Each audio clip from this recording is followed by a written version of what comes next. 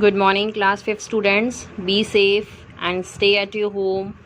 Now open your computer books. Today we will start chapter number 2, that is on page number 17. And the name of the chapter is Computer Memory. Okay. Memory means storage. Let's read. When you were a child, you were taught about alphabet and numbers. When you were a child, you have taught about the alphabets and the numbers. Do you still remember it? Till now, you remember it, the alphabets and the letters? How? This is so because these were stored in your memory, in your remembrance. Just like human memory, computers also have memory to store all the data and instructions for performing various tasks. Like we are human beings, we are having a memory so that we can remember all the things. And in the same way, computers also have a memory to store all our data and instructions that we given to perform some various tasks. Now, we will study about memory.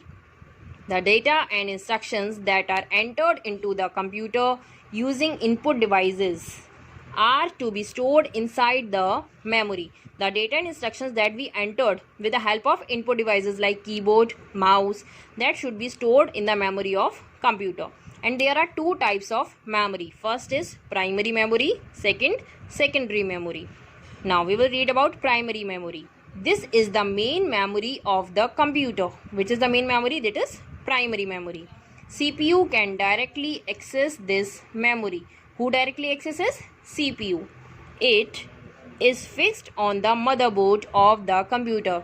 In which place it is situated in the computer? Where it is located? It is in the motherboard.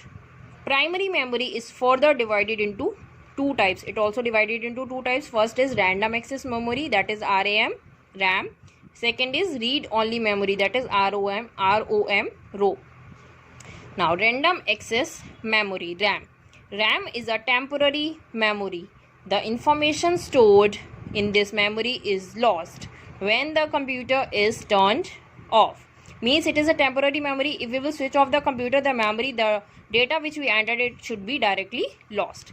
That's why it is also called volatile memory, and its second name is also volatile memory, as the data does not stored in this for a long time.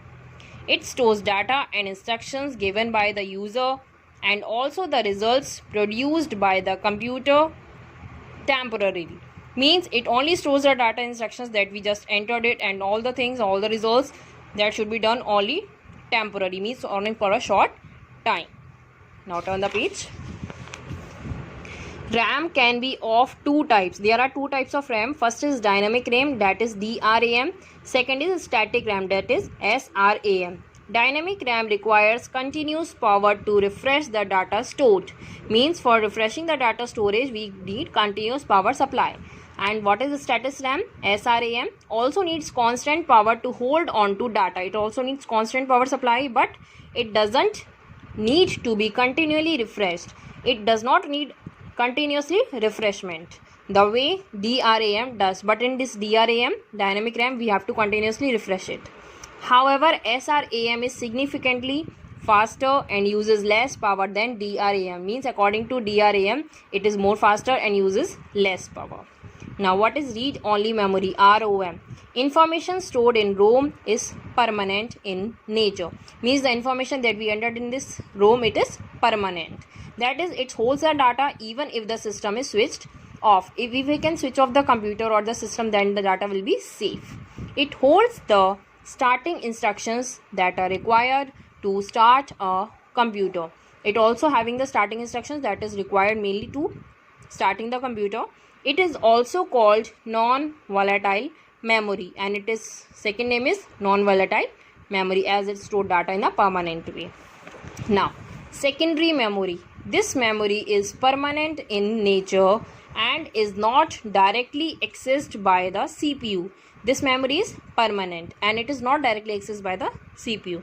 It allows users to store data that may be easily retrieved. Means the users, we persons, that we easily retrieve the data, means get back. It is cheaper as compared to primary memory. It is less expensive as compared to the primary memory.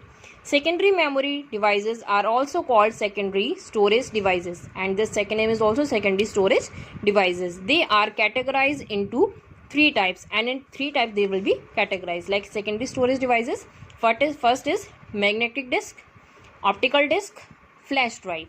They are further divided into other types: magnetic disk, hard disk, optical disk having CD, DVD and Blu-ray disk, and flash drive having pen drive and memory card. Now the remaining part we will study later on. Read this again. Thank you.